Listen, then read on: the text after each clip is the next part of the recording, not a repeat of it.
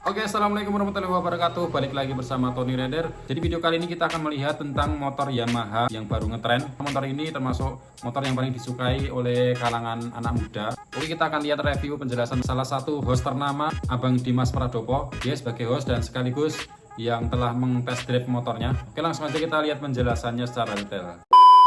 Selamat siang teman-teman TV, apa kabar? Semoga sehat bahagia selalu saat hari ini, amin. Kali kita bersama Yamaha Aerox Turbo lagi teman-teman. Sebenarnya kita udah nggak mau bikin video reviewnya lagi ya, karena kan kemarin udah pakai buat disentul, pakai buat touring gitu kan. Tapi kok masih ada yang request nih, mana nih video tes lengkapnya? Ya udah deh, akhirnya kita bikinin. Dan di depan kita ini udah ada Yamaha Aerox Turbo yang biasa. Jadi turbo itu ada dua teman-teman.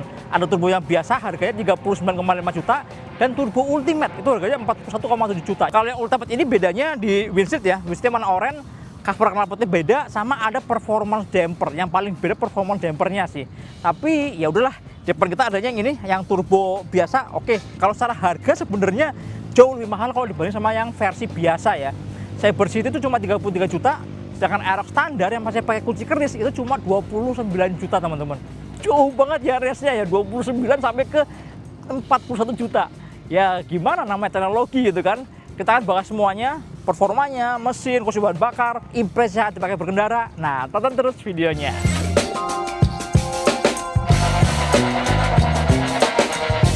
Oke teman-teman, yang pertama kita ngomongin mesinnya. Ini adalah mesin Bluecore VVA 155 cc generasi ketiga ya. Jadi ini mesin sama kayak di Yamaha Lexi, di NMAX Turbo yang baru kemarin itu juga pakai mesinnya sama kayak gini teman-teman. Ini mesin udah ada banyak perubahan ya. Perubahannya tuh fokusnya mengurangi gesekan yang akhirnya outputnya adalah meningkatkan torsi. Torsi penting banget buat harian kan. Yang dilakukan apa? Yamaha ngasih tensioner rantai keteng hidrolis. Kemudian ada mirror block silinder ya. Jadi si blok silinder itu kinclong banget biar makin licin teman-teman. Kemudian ada magnet yang lebih kecil ukurannya. Jadi mesin bisa berkitar lebih ringan gitu kan. Dan akhirnya powernya sama aja, tapi torsinya naik teman-teman. Torsinya jadi 14,2 Nm, sedangkan power tetap 15,2 HP. Nah yang beda kalau di yang NMAX Turbo ini jelas dong. Di transmisinya, WECVT Yamaha Electronic Continuous Variable Transmission. Jadi transmisinya pakai transmisi elektronik ya. Di puli depannya, puli yang menggerakkan CCVT ini itu udah nggak lagi pakai roller teman-teman. Jadi udah bukan bergerak pakai gaya sentrifugal, tapi sekarang diatur sama transmission control unit pakai elektronik. Nah ini yang keren teman-teman, poinnya ada di situ ya, ada di WECVT-nya. Ini yang bikin performanya, akselerasinya enak banget gitu kan, dan menjadi pembeda kalau dibanding sama Aerox standar yang masih pakai CVT konvensional. Nah di mesin ini teman-teman juga ada dua riding mode ya. Jadi sebelum kita ngomongin WECVT-nya, kita ngomongin riding mode dulu deh. Jadi secara basic motor ini ada dua riding mode. Yang pertama S atau Sport, itu yang lebih sporty ya. Kemudian yang T atau Town, jadi buat jalan-jalan dalam kota, contohnya gitu. Nah si S sama T ini beda di mana? Beda di respon mesinnya ya. Karena dalam kondisi speed yang sama nih, sama-sama lari misalnya 40 km per jam. Nah di S, RPM-nya lebih tinggi 1000 teman-teman. Jadi rasanya mesin kayak gerang, kayak teriak terus yang gitu. Yang memang didesain untuk siap-siap buat lari, siap-siap untuk berakselerasi cepat gitu kan. Sedangkan yang T mestinya dibikin lebih santai, lebih rileks, buat harian lebih nyaman, dan kursi bahan bakarnya juga bisa lebih hemat. Kira-kira gitu teman-teman. Cuma kalau lagi pengen agresif, saya sih selalu pakai S ya. Lagi mau nyalip saya pilihan ke S. Kemudian kalau lagi jalan santai, cuma commuting dari rumah ke kantor gitu misalnya ya, atau pergi yang dekat-dekat, boncengan gitu, enakan pakai yang T teman-teman. Nah, cara ngerubahnya gampang banget, ada di sini nih. Di tombol bagian depan ini ya, ada tombol yang posisinya mirip kayak lampu dim, tinggal dipencet aja si tombol riding mode-nya gitu teman-teman. Kemudian transmisi elektroniknya. Nah si WECVT ini teman-teman, karena dia bergerak bukan pakai gaya sentrifugal ya, tapi diatur oleh elektronik gitu kan, secara elektronik, makanya bisa dikasih yang namanya WeShift. Nah WeShift ini secara prinsip mirip kayak di mobil-mobil matic. Jadi kalau kita lagi riding, tiba-tiba mau nanjak, kan kadang-kadang kita pindah ke 1, ke 2, ke 3, atau ke low gitu kan, ke posisi standing low. Nah sebenarnya mirip-mirip kayak gitu. Bisa dilihat pergerakan puli primernya. Ini kalau kita YC,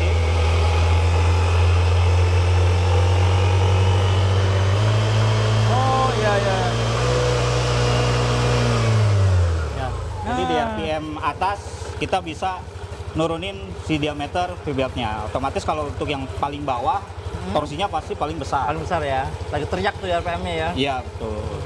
Putaran mesinnya ditahan di RPM tertentu biar teriak. Nah, kalau teriak kita dapat torsi lebih, dapat akselerasi lebih juga, teman-teman. Kira-kira kayak gitu ya prinsipnya. Nah, di motor ini wheel shift-nya itu ada 3 level. 1, 2, 3, 1 yang low, 2 medium, 3 yang paling keras ya, paling teriaknya paling kenceng gitu kan. Ditahan di RPM yang lebih tinggi. Cara merubahnya ada di sini, teman-teman. Di tombol di tangan sebelah kiri ya, yang tuasnya paling panjang. Nah, terus kepakai nggak? Sebenarnya kalau dipakai buat harian, teman-teman, jujur ya, buat harian saya jarang pakai. Kenapa jarang pakai? Karena ternyata nggak usah kita mainin wesif-wesifnya. Ini motor dengan transmisi elektronik udah enak banget, teman-teman. Udah beda kalau dibandingin sama yang masih pakai transmisi CVT konvensional. Bedanya di mana? Paling kerasa di respon awalnya. Jadi ketika pertama kali buka gas, kalau kita buka gasnya kenceng ya, buka gasnya bener-bener langsung di gaspol gitu, dibuka gede, maka secara otomatis shift satunya langsung aktif, teman-teman. Dia langsung teriak, mesinnya langsung berakselerasi kencang. Nanti kalau udah kira-kira mulai agak langsam gitu ya, dia akan langsung rilis sendiri. Nah, dari awal aja udah lebih responsif, teman-teman. Kita nggak perlu mainin, udah otomatis shift satunya aktif gitu kan. Terus yang kedua, ada beda juga di sekitar 4.000 sampai 6.000 RPM ya. Kalau yang pakai transmisi biasa, yang versi standar itu agak kayak nahan dulu tuh. Begitu RPM naik kenceng gitu, tiba-tiba kayak nahan dulu sebentar, habis itu baru di 6.000, ketika variabel valve aktuasinya aktif, baru nendang lagi. Nah, kalau di yang pakai WS CVT ini, itu nggak kerasa, teman-teman. Nggak kerasa ada kayak lag-nya dulu, tapi langsung cus aja. Grafiknya tuh enak banget itu loh. Dari putaran bawah sampai ke atasnya tuh beneran yang mulus banget. Jadi kalau buat harian, buat saya jujur jarang pakai, teman-teman. Terus kapan pakai wheel shift-nya? Kalau gitu mau bazir dong? Enggak juga. Jadi ternyata wheel shift ini ada 2 manfaat ya. Manfaat yang pertama adalah buat akselerasi. Misalnya nih kita mau nyalip-nyalip, kita udah bener-bener lagi kepengen banget agresif, mau akselerasi yang lebih kenceng, atau mau nanjak, teman-teman. Nanjak atau nyalip di tanjakan, nah itu enak banget tuh. Dipakai si wheel shift-nya. Ditahan dikit, maka secara otomatis dia akan ngacirnya nanjak itu akan lebih kuat karena ada tambahan torsi yang didapat dari transmisi tadi, teman-teman. Dari rasio transmisi yang sengaja ditahan terus di RPM yang tinggi gitu kan, biar kita masih punya dorongan torsi buat naik atau buat nyalip gitu. Terus yang kedua adalah untuk deselerasi, teman-teman. Jadi ketika deselerasi, kalau kita tekan si wheel shift-nya, maka secara otomatis dia akan ngasih efek engine brake ya, efek bener-bener kayak efek yang ketahan dulu, ada yang bantuin ngerem dari mesinnya. Jadi sensasi mirip kayak naik motor manual gitu. Jarang-jarang kan sebuah teknologi yang nggak akan kita rasakan di CVT konvensional, teman-teman. Dan kalau yang deselerasi oke lah, buat harian masih sesekali saya pakai sih. Misalnya ketika kita lagi panik braking ya, tiba-tiba kakuk mau ngerem keras gitu, nah ini bantuin juga nih, bantuin memperlambat laju motor ini. Kemudian ketika misalnya mau masuk tikungan lebih cepat gitu, mau led braking ceritanya ya, nah dipakai si wheel shift-nya, deng nahan gitu kan. Terus kalau lagi touring, nah touring ini kan pakai banget waktu kita lagi di turunan, teman-teman, turunan panjang-panjang gitu kan. Bahkan saya tuh bisa nggak perlu ngerem, pakai aja tuh langsung ke 2 atau ke 3 yang keras gitu ya, mesinnya akan langsung nahan gitu kan. Jadi beban remnya bisa berkurang lah, dan kita juga lebih pede karena motor nggak yang bener-bener ngelonyor gitu loh.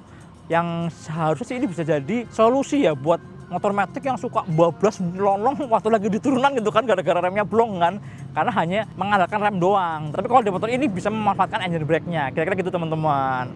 Kemudian yang saya suka dari WS CVT buat deselerasi juga adalah ini nih, ketika kita mau masuk tikungan dan kita mau keluar tikungannya lagi. Nah, ternyata kalau disambungin, teman-teman, ini bikin ritmenya enak banget, karena secara otomatis ketika kita masuk tikungannya pakai wheel shift ya, pakai deselerasi wheel shift itu yang deng, begitu kita buka gas, maka secara otomatis wheel shift satunya aktif lagi. Nah, ini keren banget. Saya kemarin waktu jalan-jalan di Naringgul ya, suka banyak tikungan-tikungan tajam, terus naik turun gitu kan, turun tiba-tiba belok gitu kan. Nah, itu enak banget, teman-teman. Pas turun kita pakai wheel shift buat deselerasi kan, bisa led braking. Begitu di tengah tikungan buka gas langsung responsif karena wheel shift satunya langsung aktif, teman-teman. Seru sih. Sebenarnya ini fitur yang keren banget gitu ya. Kalau menurut saya sih keren banget. Cuma penggunaan harian mungkin nggak terlalu sering kepake, karena basicnya motor ini udah pakai WS CVT aja udah enak gitu loh. Jadi si wheel shift-nya nggak perlu dipakai pun nggak ada masalah, udah responsif. Tapi ketika kita lagi agresif, kepengen nyalip-nyalip, lagi touring, lagi mau ngerem keras gitu kan, mau ngerasain engine brake, baru kepake gitu kan. Ya buat saya sih memang satu paket yang menyenangkan gitu, biarpun nggak kita pakai tiap hari, kira-kira kayak gitu teman-teman. Kemudian overall gimana dengan performa mesinnya? Nah, motor ini sebenarnya kalau dibandingin sama NMAX ya, mesinnya sama kan. NMAX Turbo pun sama gitu kan, bahkan mapping pengapian, sepotan bahan bakar juga sama. Yang beda ada di gearboxnya teman-teman, di final gearnya ya. Ternyata final gearnya ini ada beda rasio, di Aerox ini dibikin lebih ringan. Ya mungkin sesuai sama konsepnya ya, ini kan motor ya buat dalam kota, selap-selip gitu kan ya. Buat agresif, buat rider yang suka akselerasi kenceng, kira-kira kayak gitu. Nah makanya dikasih final gear yang lebih ringan. Jadi mirip kayak Sprinter lah, di putaran bawahnya lebih kenceng. Dan itu bener-bener kita buktikan waktu tes akselerasi. Kalau dibanding sama NMAX Turbo, nih lihat datanya ya. Kalau di putaran bawahnya ya, kecepatan bawahnya emang lebih cepat teman-teman. Tapi makin ke atas makin ya mirip-mirip lah sama si NMAX ya. Kalau NMAX tuh lebih napasnya lebih panjang, kira-kira kayak gitu. Kalau dari perbedaan di final gearnya. Terus kalau dibandingin sama kompetitor misalnya sama Vario gitu ya. Nah sama Vario juga ternyata ada sedikit beda juga. Kalau di putaran bawah si Aerox ini lebih kencang teman-teman. Ini surprise juga loh. Ini motor beratnya 130 kilo, sedangkan Vario cuma 113 kilo. Gapnya jauh banget kan, bobotnya jauh banget. Tapi ternyata di akselerasi awalnya Aerox masih tetap lebih kencang. Nah di tengah-tengah teman-teman di sekitar 100 km per jam, memang si Vario-nya bisa deketin gitu kan. Tapi di putaran atas ada triknya nih, biar si Aerox ini langsung ngacir jauh banget, ninggalin sekebon. Caranya adalah ketika kita udah sampai 100 km per jam, jangan pakai riding mode yang S teman-teman, tapi dipindah ke riding mode yang T. Nah, si tahun itu seolah-olah malah jadi kayak turbo gitu kan, tiba-tiba kayak disuntik tenaga lagi, didorong langsung jauh banget gitu teman-teman. Nah kalau secara top speed sebenarnya motor ini kita kemarin belum maksimal sih. Kemarin kita cuma sampai 123 km per jam dan itu juga anginnya lumayan gede ya. Mungkin kalau kalian lebih nunduk, lebih enteng badannya bisa lebih kencang lagi teman-teman. 123 km per jam dengan deviasi yang kalau menurut kita nggak terlalu tinggi-tinggi banget ya. Dibanding sama GPS masih lumayan deket. Makanya kalau pakai motor ini jalan 80, 90, 100 aja rasanya udah kayak kencang banget gitu kan. Karena deviasinya nggak terlalu gede teman-teman.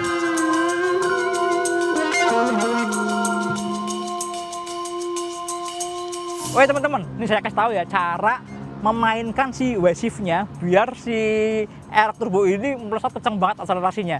Jadi dari beberapa kali simulasi yang kita lakukan ya, cara yang paling kencang, paling cepat adalah pertama kita start pakai riding mode yang S.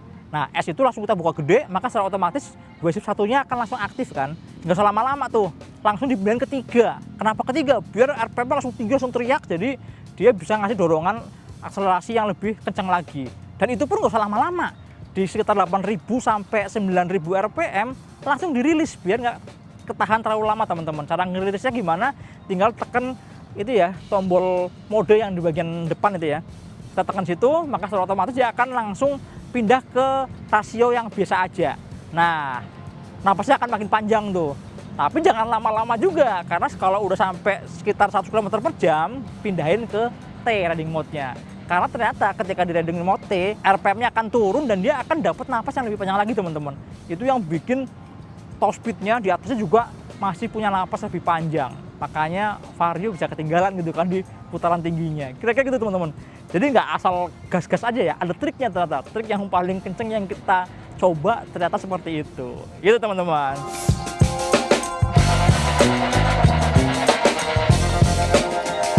Kemudian gimana dengan konsumsi bahan bakarnya? Ini motor enak banget, akselerasinya kenceng, boros enggak? Ya nggak irit-irit banget sih.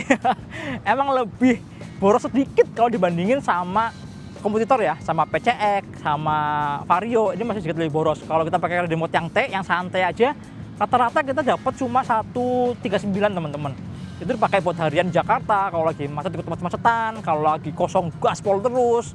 Kemudian bahan bakarnya pakai RON 92 dan nggak ada batasan kecepatan. Jadi ya mau gaspol aja gitu kan, mau pelan-pelan macet ya pelan-pelan aja. Yang T dapat 139. Nah, dengan tangki yang 5 liter teman-teman, 5,5 liter malah. kita bisa jalan 214 kilo sekali full tank. Asik ya, masih jauh lah. Untung tankinya lumayan gede, jadi nggak perlu sering bolak-balik ke pom bensin. Nah kalau pakai riding mode yang S, ini baru nih, dapat 136 teman-teman, 135 sampai 136 km per liter. Tapi terbayarkan itu kan dengan akselerasi yang cepat banget, yang responsif. Gitu teman-teman. Gimana menurut kalian?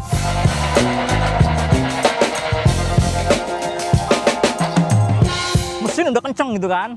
Gimana dengan handlingnya? Nah, ternyata handling juga diperbarui teman-teman. Kayak kakinya, rangkanya ini juga kena improvement ya. Tujuannya apa? Biar motor ini makin stiff, bisa ngeladenin mesin yang lebih responsif gitu kan. Perubahannya apa? Pertama, suspensi depan teman-teman. Suspensi depannya sekarang pakai sama kayak NMAX, dipindahin ke sini. Asnya kalau yang lama 25 mm kan jadi 30 mm. Lebih gede, lebih stabil ya harusnya ya. Kemudian di rangkanya bagian tengah, center tunnelnya ini ada kayak jembatan ya antara sasis di depan ke sasis di bagian belakang ke subframe-nya, itu dikasih besi plat yang lebih tebal dan lasasanya juga lebih banyak, efeknya lebih kaku juga. Kemudian suspensi teman-teman, suspensi belakang begitu juga dengan suspensi depan, spring rate-nya dibikin lebih keras. Efeknya apa? Ini motor jadi lebih stiff ya, lebih kaku gitu kan. Tapi dipakai buat belok-belok, enteng banget, ringan dan nurut, presisi banget teman-teman. Beneran yang gampang banget dan mantep gitu loh, gak goyang-goyang.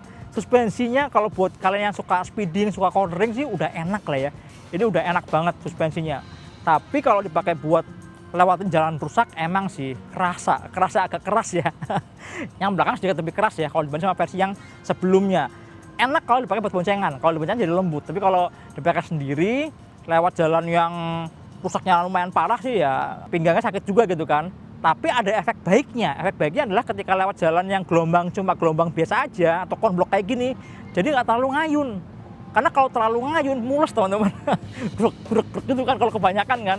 Ini masih oke sih, masih dipakai buat harian masih oke selama nggak ancur-ancur banget jalanannya, masih dalam batas toleransi. Sedangkan yang depan karena sama kayak punya NMAX, sekarang nggak terlalu mentok-mentok banget. Beda sama Aerox yang sebelumnya ya. Kan lubang dikit aja brutak gitu kan. Kalau ini enggak, ini lebih kayak beb gitu aja. Kecuali lewat lubang yang gede banget baru jeder. Sama aja ya, karena kan suspensinya pendek gitu kan, khas motor-motor Matic, Skultic kan yang memang jarak mainnya nggak terlalu panjang. Tapi udah lebih oke sih kalau dibanding sama versi yang sebelumnya. Kira-kira gitu teman-teman. Kemudian remnya ini khasnya Yamaha ya. Tuasnya empuk, pakem juga, biarpun secara spesifikasi depan masih sama kayak Aerox yang versi sebelumnya. Diameter masih sama, kaliper 21 piston, tapi udah ABS single channel, cuma yang depan doang. Nah, yang belakang asik nih, sekarang udah dikasih cakram juga. Yang cakram belakang juga, kalau menurut saya pakem ya, dan pakemnya konsisten gitu loh. Ini motor kotor banget ya, wah habis jalan kotor, kena lumpur, masih tetap pakem. Kalau yang tromol kan kalau udah banyak debunya, kotor, lama-lama pakemnya berkurang. Siram air baru tiba-tiba pakem lagi kan. Kalau di motor ini karena sekarang udah pakai cakram ya lebih oke sih. Dan tampilan juga lebih cakep gitu kok. Di bagian belakang kita lebih padat gitu kan karena ada display di bagian belakang sini. Keren.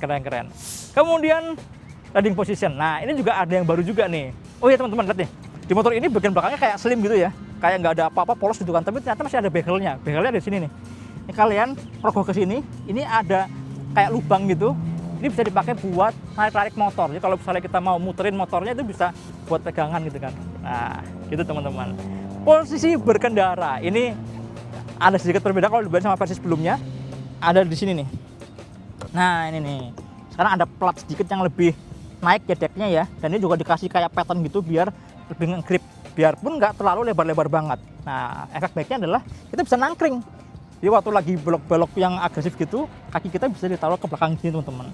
Cuma emang agak terlalu lekuk sih ya, enaknya segini lah. Nah kalau gini masih oke nih, gini. Mau santai, majuin. Cuma emang nggak bisa sesantai kayak NMAX ya, yang bisa sampai selonjor kan. Ini masih motor yang gayanya, genrenya memang sporty banget. Kemudian yang agak beda juga adalah di joknya teman-teman. Ternyata joknya ini nungging banget ya. Jadi kayak melorot gitu feeling waktu pertama kali kita duduk. Jadi enaknya memang kalau lagi ngerem gitu ya, kaki itu ikutan nahan, mau di sini mau di depan ya kaki mau nggak mau harus ikut nahan biar kita nggak sampai melorot ke depan gitu kan. Kemudian stangnya masih sama kayak versi sebelumnya, posisinya ya nggak terlalu lebar, pendek juga, feeling yang sporty banget teman-teman gitu. Lalu kalau kalian duduk di belakang di jok pembonceng masih sama ya, bener-bener mirip kayak kita lagi bonceng R15 gitu kan, R25 mirip kayak gitu, cuma ini naik motor Matic teman-teman itu. Kemudian tinggi joknya ini lumayan tinggi, 790 mm. Saya harus 65 cm jinjit teman-teman tuh, lihat tuh. Biarpun joknya di bagian depan udah tirus ya, dan ini lumayan empuk loh ini. Dipakai jalan jauh juga nggak pegel-pegel banget. Gitu, itu kalau secara handling dan riding position. Saya suka sih. Buat selap-selip di kemacetan masih oke lah. Posisi pundara yang agresif, kira-kira gitu teman-teman.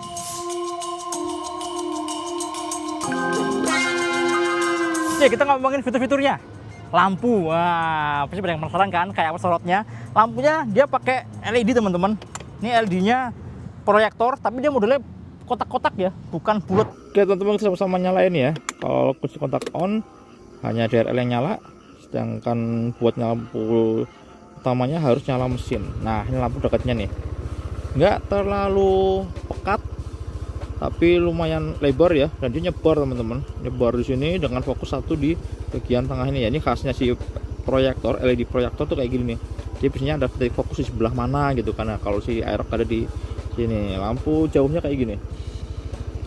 Dia nambahin fokus di bagian tengah ya, jadi kayak garis gitu loh nih, garis gitu, beneran lebih fokus, lebih jauh juga.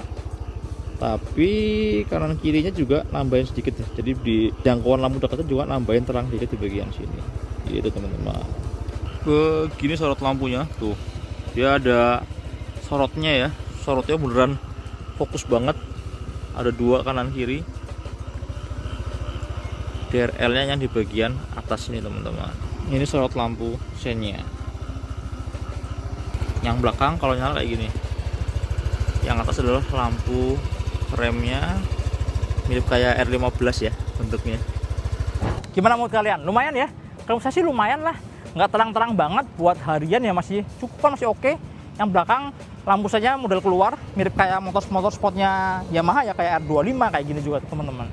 Kemudian di motor ini juga ada emergency stop signal ya. Jadi kalau lagi hard braking, kita lagi ngerem keras gitu kan, di kecepatan 50 km per jam lebih gitu, kita ngerem keras, maka secara otomatis hazardnya akan nyala teman-teman. Tapi bukan kayak hazard. Kalau hazard kan pelan ya, coil lebih kenceng, tet gitu. Tujuannya buat apa? Buat ngingetin orang di belakang, ngasih tahu kalau kita lagi panic braking gitu. Jadi orang bisa antisipasi lah. Wah, lagi ini nih, lagi ngerem keras nih, kita harus ngindar atau ikutan ngerem juga, kira-kira kayak gitu. Kemudian fitur lain di motor ini udah pakai keylessnya sama kayak NMAX ya, kayak NMAX, kayak motor-motor Yamaha yang lain model kayak gini, cuma ada satu tombol doang untuk menonaktifkan, mengaktifkan keylessnya, sama buat answer back system. Jadi kalau misalnya kalian nyari motornya di mana, di parkiran gitu, dia bisa nyala si lampu sennya, sama ada suara pip pip gitu kan. Cuma ini lagi dimatiin biar gak berisik. Tombol knopnya kayak gini, sama kayak versi yang sebelumnya ya. Ada tombol buat buka tangki bahan bakar, buka jok gitu kan. Kemudian konsol ya buat penyimpanan barang-barang. Di sini ada laci di sini teman-teman, laci kecil. Di dalamnya udah ada power outletnya udah yang model USB ya. Jadi kita bisa langsung colok pakai kabel aja, nggak perlu pakai adapter lekter lagi gitu. Ini nggak terlalu gede teman-teman, paling yang bisa masuk cuma grok doang, dan dia bentuknya datar ya. Karena datar, jadi nggak bisa naruh botol air mineral. Tapi kalau smartphone masih bisa masuk teman-teman tuh, masih bisa masuk ya. Handphone saya segini gedenya masih bisa masuk dalam gini. Itu. Kemudian di bawah joknya, nah bagasinya 24 liter, lumayan gede ya. Helm bisa masuk, tapi harus dibalik teman-teman. Kayak bisa ya dalam kondisi normal. Nah kalau dibalik mau nggak mau, di bagian bawah sebaiknya dikasih alas ya, biar helm kalian nggak lecet bagian atasnya kayak gitu. Cuman ini ukurannya lumayan gede sih, untuk ukuran Matic yang sporty banget dikasih bagasi yang ukurannya besar itu. Tankinya 5,5 liter. Lalu ada yang hilang adalah ini nih, parking brake lock. Kalau lama ada parking brake lock di rem belakang, kalau sekarang nggak ada karena udah pakai rem cakram, jadi nggak bisa dikunci lama-lama gitu kan. Akhirnya dihilangkan si parking brake locknya. Kemudian yang paling keren dari motor ini adalah panel indikatornya. Hanya di varian turbo aja ya, udah pakai layar TFT teman-teman. Yuk sama-sama kita lihat. Oke teman-teman, ini adalah tampilan speedometernya, keren banget ya. Nggak terlalu gede, tapi udah TFT dan layarnya tuh enak banget dilihatnya. Kalau siang dia warnanya putih kayak gini backgroundnya, tapi kalau misalnya gelap malam-malam gitu, dia jadi gelap juga teman-teman. Jadi lebih enak dilihat, di mata nggak sakit ya. Nah ini ada sensor di sini. Ini kalau mau nerangin lagi, kalau lagi di bawah matahari otomatis akan berubah sih. Cuma karena ini kita lagi di bawah pohon, jadi pakai lampu dikit ya, buat bohongin sensornya.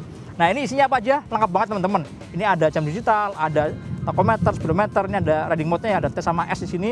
Terus juga ini ada buat si indikator WSIF-nya ada di sini. Kemudian di bawah ini ada multi information display-nya ya. Ini ada suhu pendinginan gitu kan mesin, ada full consumption yang real time, ada average fuel consumption, ada average speed, ada trip time, ada odometer gitu kan. Tripnya juga ada 2 gitu.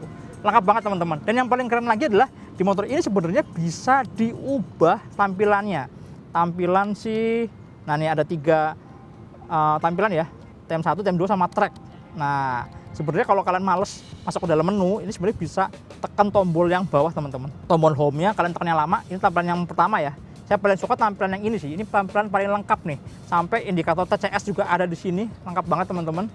Ini kalau tekan lama, nah ini jadi tampilan yang tachometer visualization. Kemudian yang ini yang terakhir adalah yang track ini teman-teman. Ini ada tampilan yang track time-nya. Ini ada lap timingnya. Nah, lap timingnya semua manual teman-teman. Kita bisa ngaktifin pakai tombol enter di tengah ya. Nah, ini kalau kita pencet, nah terus kalau misalnya mau matiin, mau split ya, kita harus tekan lagi 2 kali teman-teman.